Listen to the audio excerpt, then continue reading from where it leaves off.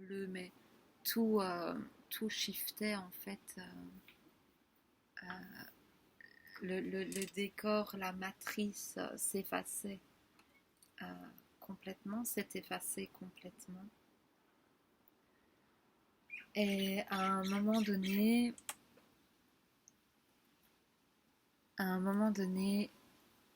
j'ai vu mon corps. Euh, En fait, puisque j'étais couchée, je voyais mon ventre, enfin mon bas de corps. Et je voyais en fait que il n'y avait plus d'identification au corps du tout. Il y avait juste une énergie, une présence qui pouvait certes être à l'intérieur de ce corps, mais autant à l'intérieur que 2 centimètres à côté, que euh, en, en chacun quelque part, autant dans les molécules de vide.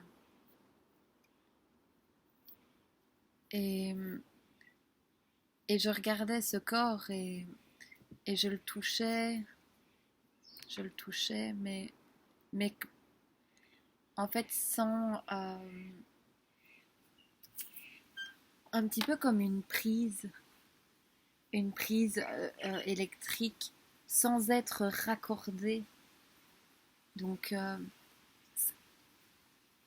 ça touchait mon corps, enfin, ce que je suis touchait mon corps, mais il n'y avait plus la prise, il n'y avait plus l'emprise de l'identification.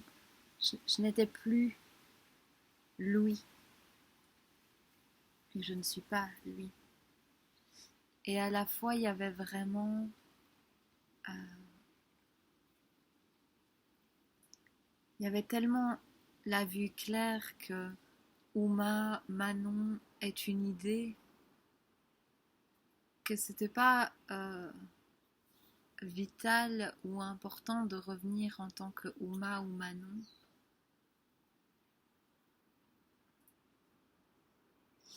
Et j'ai posé la question et j'ai posé beaucoup de questions et tout m'a été répondu, non pas par des concepts, mais vraiment par vivre, ressentir la réponse. Et, et quand j'ai demandé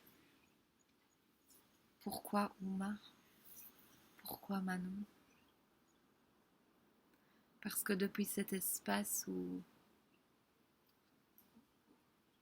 c'est une vibration pure d'amour et où plus rien n'existe,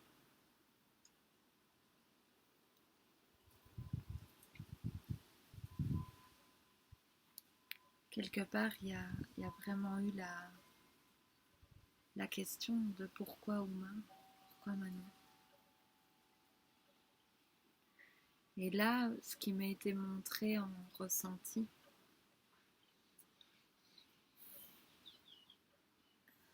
c'est l'envie d'aimer en fait. C'est l'envie de sentir l'amour que nous sommes. Comme contenir de l'eau dans une bouteille, c'est pour pouvoir la savourer, l'offrir, s'offrir, la déguster. Et j'ai vraiment vu que le corps physique n'avait que cette idée-là. Et que l'idée d'être quelqu'un n'avait que cette idée-là.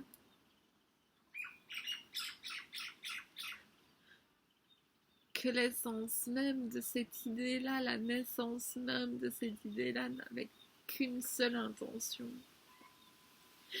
Et que c'est d'aimer pour de vrai, de toutes parts, d'une manière tellement unique.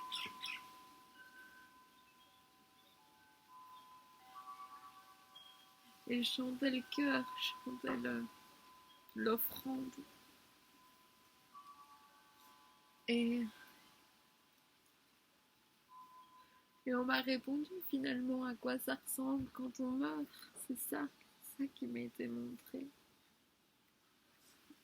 Parce que j'ai vraiment, à un moment donné, je me suis questionnée sur pourquoi je ne suis pas dans un endroit.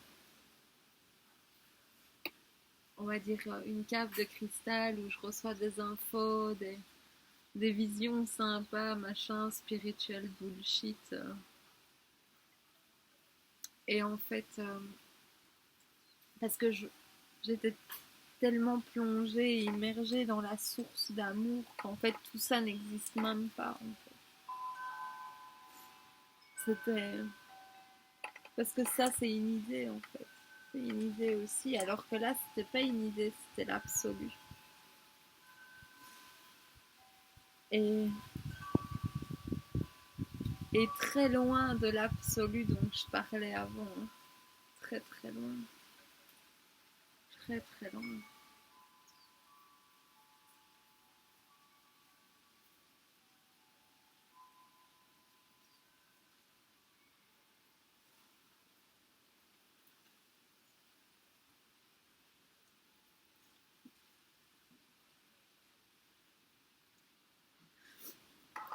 Maintenant je comprends pourquoi on est tous en quête et qu'on n'y va pas, parce qu'en fait là-dedans on n'existe plus.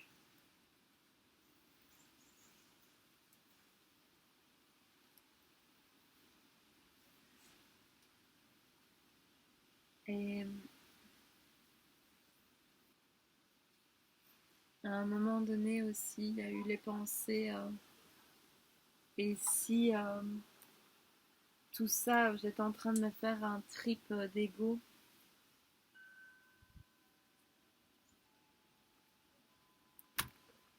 et si tout ça c'était juste, et qu'en fait j'étais dans l'ego et qu'en fait je ratais le voyage ou quelque chose comme ça. Et en fait, il y a eu la clarté, mais évidente, qu'à la seconde où une idée comme ça venait, il y avait tout un monde qui se cristallisait. C'est-à-dire que je passais de la source à contraction. Et en fait, surtout ce qui m'était montré, c'est que ça n'existe pas. Et que ça n'existe que par mon oui.